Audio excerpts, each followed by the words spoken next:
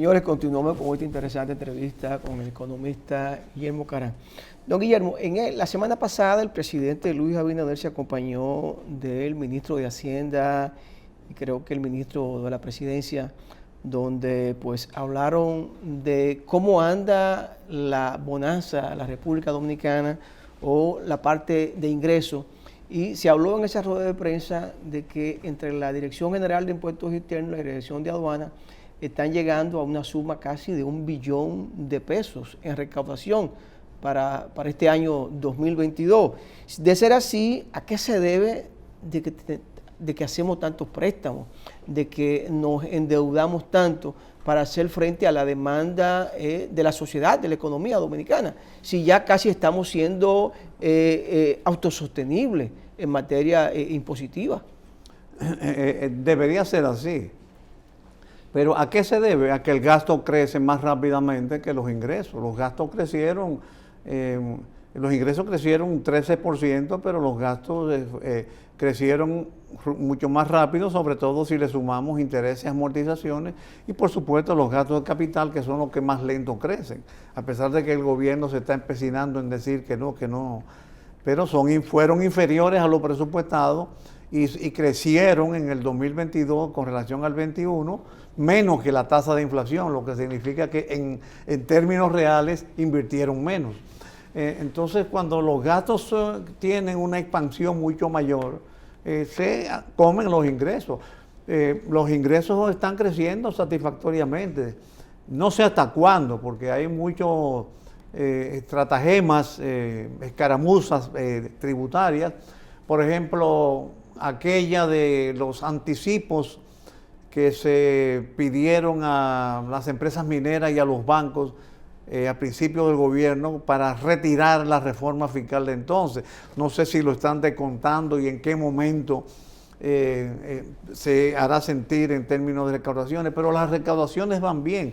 Y si hubiéramos tenido una calidad del gasto más rigurosa, no hubiera sido necesario tantos endeudamientos, o por lo menos endeudamientos focalizados, o por lo menos endeudamientos limitados a compensar el flujo de capitales. O sea, tomar prestado lo mismo que tú tienes que pagar para no incrementar ese porcentaje de la deuda que es más alto que antes. Porque el gobierno dijo en esa rueda de prensa, que no entiendo por qué la hicieron, porque el domingo el presidente tiene que rendir cuenta. Yo creo que deslucieron el discurso presidencial del domingo, del sábado. Pero bueno, eso es problema de estrategia política. Pero el gobierno ha venido insistiendo que ha reducido la deuda, porque toma como base de comparación el 2021 y el 2020, que fueron 2 años que por la pandemia hubo contracción económica de la producción. La producción es el denominador de la ecuación, de la fracción que mide la relación deuda con relación a PBI. Si el denominador disminuye, el cociente aumenta. Entonces, por eso toman ese 60% que hoy es la deuda sobre PBI y si lo comparan con 20 o en el año 20 y el año 21, pues es verdad que es menor. Pero si lo comparan con el 19, es 10% más grande. Entonces, yo creo, una de las cosas que más observo del gobierno es ese afán de exhibir resultados no fundamentados, como por ejemplo eso de que hemos disminuido el endeudamiento. No, se aumentó con relación al año 2019, que fue el último año normal de la economía. Que se haya disminuido con relación a años críticos, eso es una excepción que no debe tomarse como criterio, que por supuesto, si creen que es así, entonces van a seguir pidiendo prestado, lo cual es negativo para la economía. Pero si admiten que están aumentando, frenan el endeudamiento. De ahí la importancia de un diagnóstico objetivo. Para seguir mismo, escúcheme, Junior, usted habla de que los ingresos, las recaudaciones van bien. Sí. El asunto es el gasto. Y con relación a la inversión de capital, a las obras de bien social, carretera, presas, elevado, todo eso. Este año mejoró, pero solamente se invirtió el 82% de lo presupuestado. Mientras el gasto corriente se sobrepasó a lo presupuestado, la inversión pública disminuyó un 18% con relación al aumentado. Y digo que va mejor porque el año pasado hubo un comportamiento, es decir, el año antepasado, el 2021, los primeros meses muy poca inversión y después hubo como una aceleración de los montos de inversión, como para cumplir la meta. Y eso me llevaba a mí a la duda de si vamos a decir, diarrea de inversiones no perjudicaba la buena marcha financiera, la buena marcha de los proyectos, que a lo mejor se pagaba sin cubicarse. Y por eso hay muchas quejas de que el presidente Abinader fue a un lugar o el gobierno anunció o inició una obra que no se ha terminado. Don Guillermo, yo creo que soy muy persistente en mi valoración de entender que los estados solo con impuestos no van a cumplir con su rol social de garantizar los derechos fundamentales de la gente. República Dominicana, 30 años ininterrumpidos, creciendo, poquito menos, poquito más. En la medida que el país crece, crecen aparentemente las recaudaciones, también crece la capacidad de endeudamiento y la deuda, y los problemas sociales parecen estancados, no se resuelven.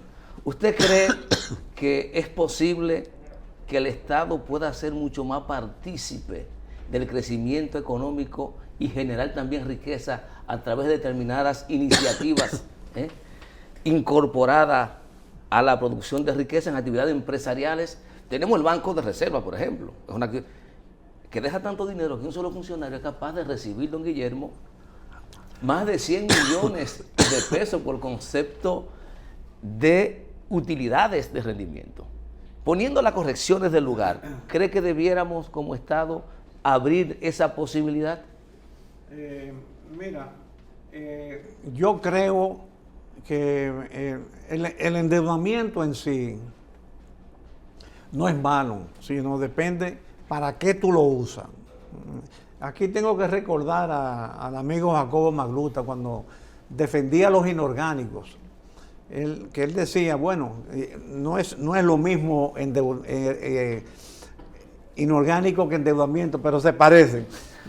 Él decía, los inorgánicos no son malos, sino depende para qué se usen, porque de repente yo puedo... Perdón, Guillermo, usted me está diciendo con eso que la cosa depende del momento. A veces tú puedes decir... Del destino. Del destino. ¿En qué se utiliza el endeudamiento y en qué se utiliza el inorgánico? No, lo que pasa es que es lo que me preocupa, porque siempre vemos que no es lo mismo arriba que abajo. Porque cuando estamos en la oposición decimos muchas cosas y cuando estamos en el gobierno, pues entonces tenemos otra posición. Pudiera ser eso. Pero al margen, Giovanni, de que si es bueno o es malo, es evidente que si yo tengo más disponibilidad de liquidez, requiero menos préstamos. Claro, pero por eso lo importante es dirigir los recursos extraños, dirigirlos hacia proyectos e iniciativas que generen riqueza, que generen producción. Porque si tú lo tiras al consumo, es un túnel sin fondo. Se diluye. Que es parte de lo que critico de los bonos soberanos que se han tomado, que casi todos están dirigidos a equilibrar el presupuesto, pero el gran componente del presupuesto es o la burocracia, o es los subsidios, o son los subsidios, o es el pago de los intereses que otras deudas pasadas generaron. Entonces ahí estamos caminando como un círculo vicioso que no conviene. Yo creo que el endeudamiento para proyectos, para generar riqueza, para incrementar producción, es bueno. Incluso el endeudamiento para compensar lo que hay que pagar, porque hay una realidad, tenemos una deuda que equivale al 60% de lo producido. Eso significa, haciendo una abstracción, que toda la producción de un año y 10 meses, porque si fuera 50% fueran 2 años, todo lo producido en 2 años hubiera sido destinado al pago de la deuda y entonces los dominicanos se morirían de hambre. Pero eso es un absurdo plantearlo. Pero como elemento comparativo, ilustrativo, es bueno hacer notar la importancia de ese 60% de coeficiente de deuda sobre la producción. ¿Cómo usted evalúa esta decisión de personas que se pasan la vida entera queriendo llegar a un puesto público para ser administradores públicos, llegan y quieren tercerizar los servicios y los bienes del Estado para que otros administren y quitarle la responsabilidad? ¿Cómo usted ve este proceso de tercerización y de privatización bajo cualquier modalidad de los bienes públicos? Mira, yo tengo una filosofía social cristiana. La filosofía social cristiana nos enseña, la doctrina social cristiana nos enseña que el Estado es un ente rector, orientador y supervisor. Y que lo que la iniciativa privada pueda hacer es mejor que lo haga y que el Estado lo intervenga. Lo intervenga en esos roles de supervisión y control y de programación y de orientación. Ahora, ¿qué es lo que yo observo últimamente?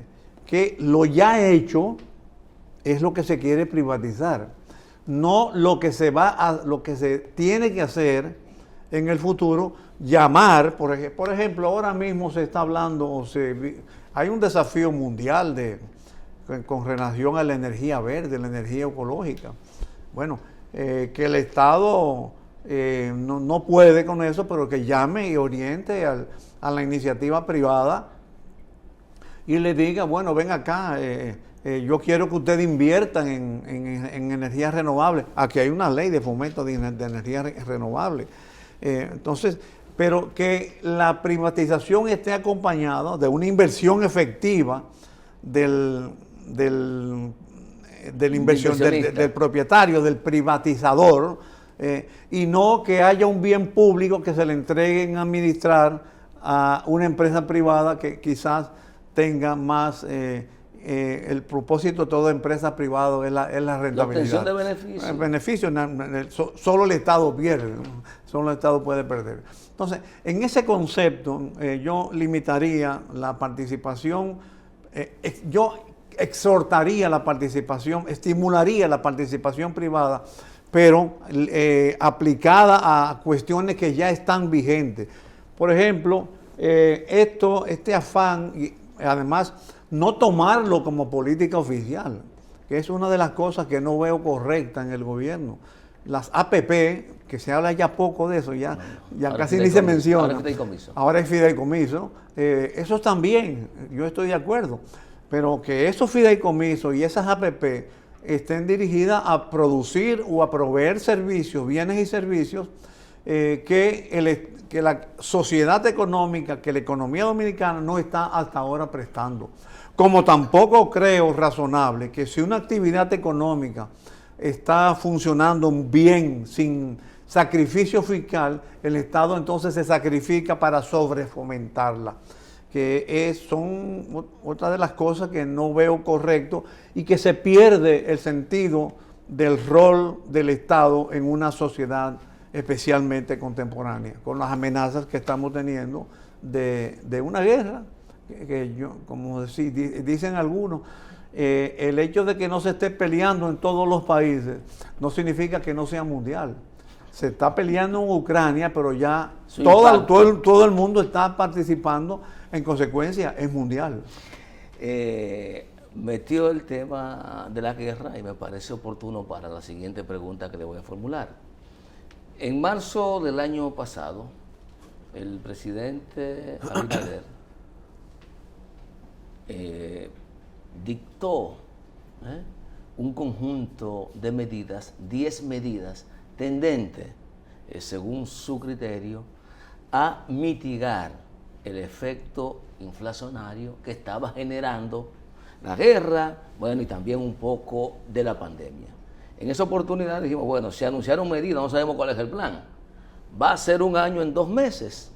No sabemos cuál es la evaluación, si el gobierno la tiene, de la eficacia de esas medidas y cuál es su apreciación a 9, 10 meses casi de haberse producido. Mira, yo creo que las terapias de choque, que es como se le llaman,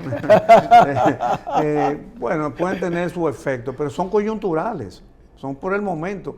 La verdadera medida para controlar la inflación es aumentar la producción. Y en eso yo creo que el gobierno no ha puesto el empeño necesario. Yo vivo diciendo que el sector agropecuario es el sector más rezagado de la economía, a pesar de que tuvo un desempeño muy bueno en el trimestre julio-septiembre, pero ha sido siempre el más bajo de todos los sectores de la economía. La tercera parte crece 3 veces más lento que el producto y 15 veces menos que el turismo. Y eso no es bueno para el equilibrio del crecimiento económico. Entonces, ¿por qué? Porque si tú tienes en un clima inflacionario, si tú tienes un turismo que crece mucho, con una agropecuaria que crece poco, los beneficios del turismo se van a diluir comprando productos en el exterior que la economía doméstica no puede producir. Entonces se neutraliza el beneficio del turismo.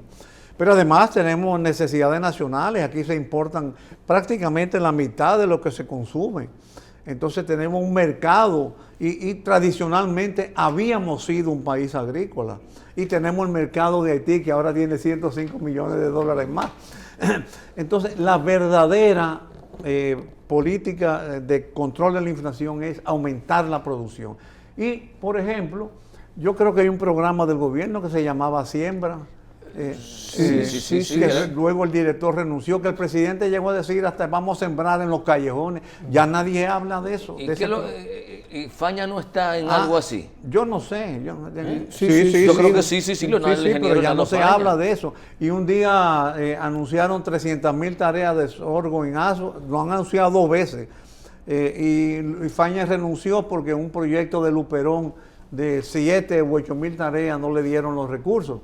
Entonces, eso en términos de política oficial, yo creo que se necesita una mística para aumentar la producción. Y en términos financieros, por supuesto, mientras lo coyuntural, como es el caso del control de la inflación por el aumento de la tasa de interés para contraer el consumo, subiendo la tasa de interés a 8,5%, como ha subido el Banco Central, pero eso significa que eso es el costo de referencia del dinero. Y una agricultura no paga esa tasa de interés, por supuesto. Si la tasa básica es 8,5%, los préstamos van al 11, al 12 o al 13%. Sin el seguro. Sin el seguro. Y sin seguro. Y sin otro seguro, porque hay, bueno, el clima. Y hay varios componentes. Exacto. Termina en 14. Esa medida que acaba de tomar el Banco Central para la construcción de vivienda es una medida neutralizadora del aumento de la tasa de interés para la economía, para la producción. Ojalá y la hagan, la adopten algo similar para la agropecuaria, que solo consume el 2% de los préstamos de la banca comercial, del sistema financiero. Un sector que aporta el 6% del producto y el 8% de la mano de obra. Y que además de los aportes económicos, tiene otros aportes sociales, demográficos, ambientales. Porque si el campo no mejora, la migración aumenta. Y sobre todo estabilidad, don Guillermo. Claro. Estabilidad económica y alimentaria. Y autosuficiencia. Claro. Entonces, porque, por ejemplo, yo pienso que esa rueda de prensa del pasado martes, de la semana pasada, fue una reacción del gobierno, me parece una reacción impulsiva, al anuncio del Foro Económico Mundial que advirtió los riesgos para la economía dominicana, citando específicamente la deuda y la incertidumbre alimentaria. Entonces, hicieron esta rueda de prensa que, repito, no la creí ni la creo prudente. Y, a mi juicio, van a delucir el discurso presidencial del próximo sábado. No, el No, 27 de febrero. 27 de febrero. 27 de febrero. 27 de No, febrero. es que estamos todavía en enero. No, don no, Guillermo. Sí. nos faltan Sí. unos días, todavía, don Guillermo. Sí, pero como quiera lo van a Claro, deducir. quizás habrá muy pocas cosas que decir en materia económica ya para esa época. Bueno, don Guillermo, vamos a despedirlo, darle como siempre las gracias por haber aceptado nuestra invitación aquí en Cerrando la Noche. Gracias, Quiero gracias. decirle que el nuevo look de don Guillermo se ve muy bien. Jovial, sí, europeo. Está viajero. Sí, así es. Señores, conversamos con el ingeniero Guillermo Carán, economista, ex gobernador del Banco Central. A ustedes gracias por la sintonía. Este equipo encabezado por Junior Espinosa, quien les habla, Giovanni Almonte, nos despedimos. Será pues, hasta mañana.